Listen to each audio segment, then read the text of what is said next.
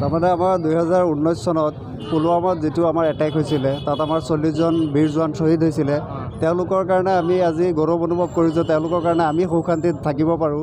গতিকে আজি তেওঁলোকক আমি শ্ৰদ্ধাঞ্জলি দিবলৈ আমাৰ মধুপুৰ কদমতল বজাৰত মধুপুৰ কদমতল আমাৰ যিটো যুৱক সংঘ আছে, যুৱক সংঘৰ সৌজন্যত আমি এটি শ্ৰদ্ধাঞ্জলি অনুষ্ঠান পাতি পেলাই ইয়াত ৰাইজক লৈ পেলাই আমি শ্ৰদ্ধাঞ্জলিটো জনাইছোঁ।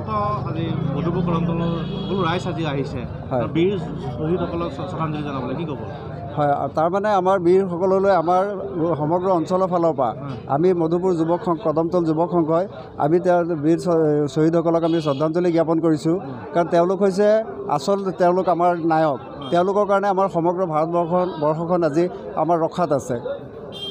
হয়, তাৰমানে আমাৰ 2019 চনত পুলৱামাত যিটো আমাৰ এটেক হৈছিলে তাত আমাৰ 40জন বীৰ জোৱান শ্বহীদ হৈছিলে।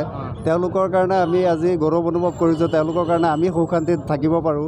গতিকে আজি তেওঁলোকক আমি শ্ৰদ্ধাঞ্জলি দিবলৈ আমাৰ মধুপুৰ কদমতল বজাৰত মধুপুৰ কদমতল আমাৰ যিটো যুৱক সংঘ আছে, যুৱক সংঘৰ সৌজন্যত আমি এটি শ্ৰদ্ধাঞ্জলি অনুষ্ঠান পাতি পেলাই ইয়াত ৰাইজক লৈ পেলাই আমি শ্ৰদ্ধাঞ্জলিটো জনাইছোঁ। মধুপুৰ কদমতলৰ সকলো ৰাইজ আজি আহিছে বীৰ শ্বহীদসকলক শ্ৰদ্ধাঞ্জলি জনাবলৈ, কি ক'ব?